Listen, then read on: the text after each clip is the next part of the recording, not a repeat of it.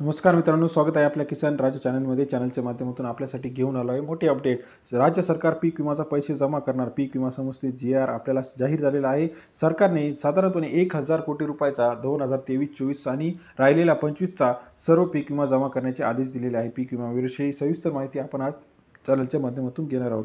गेल्या काही दिवसापासून आपण बघत होतो बघा, पीक विमाचे पैसे कधी येणार, पीक विमा कधी जमा होणार, पीक विम्याची लेटेस्ट अपडेट. परंतु आता सरकारने जाहीर केलेल्या GR नुसार लवकरच शेतकऱ्यांच्या खात्यामध्ये पीक विमा जमा होणार आहे. काल 9 तारखेला आलेल्या GR मध्ये 1,000 कोटी रुपये पीक विमा कंपन्यांना वितरित करण्याचे आदेश सरकारने दिलेले आहे. पीक विम्याची सर्वात मोठी अपडेट, पीक विमा लेटेस्ट अपडेट, पीक विमा जमा होणार. सर्व शेतकऱ्यांच्या खात्यावरती पीक विमा जमा होणार. सर्व शेतकरी पीक विम्याची पैशाचे कधी येणार याची वाट पाहत होते, परंतु आता शेतकऱ्यांना वाट पाहावी लागणार नाही. कारण का, पीक विम्याचे पैसे जमा होणार आहे. पीक विम्याचा सविस्तर GR आपण आज चर्चा करणार आहोत.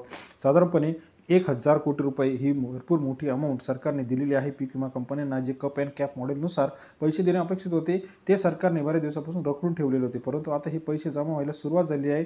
अखेर राज्यात सरसकट पीक विमा या तारखेपासून लागू होणार आहे. मग कोणता GR आलेला आहे, सविस्तर चर्चा करूया.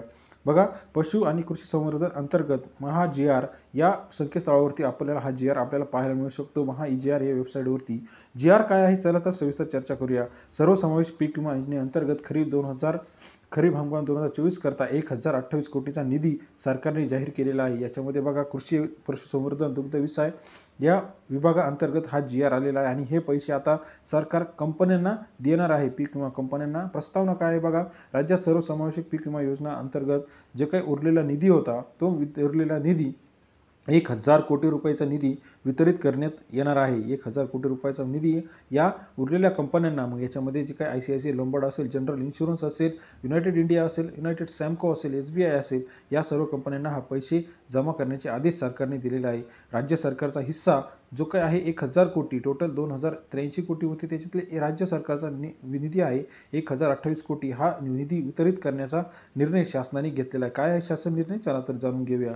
जे काही शासकीय जी काही मदत होती, भारतीय कृषी विमा कंपनीने गेलेल्या मागणीनुसार साधारणतः 1,000 कोटी रुपयाचा निधी खरीप रब्बी हंगाम 2024ला देणे शासनाला बंधनकारक होते.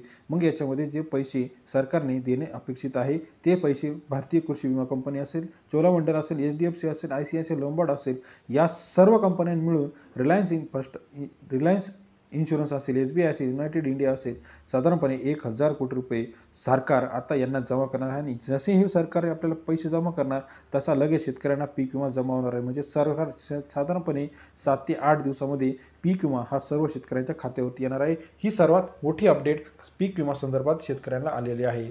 आपल्याला हा व्हिडिओ कसा वाटला, GR सविस्तर बघण्यासाठी आपण महा GR या संकेतस्थळावरती जाऊन बघू शकता. व्हिडिओ आवडल्यास लाईक, सबस्क्राईब, शेअर करा. अधिक माहितीसाठी किसान राजा चॅनलला बेल आयकॉन दाबून प्रेस करा. धन्यवाद मित्रांनो.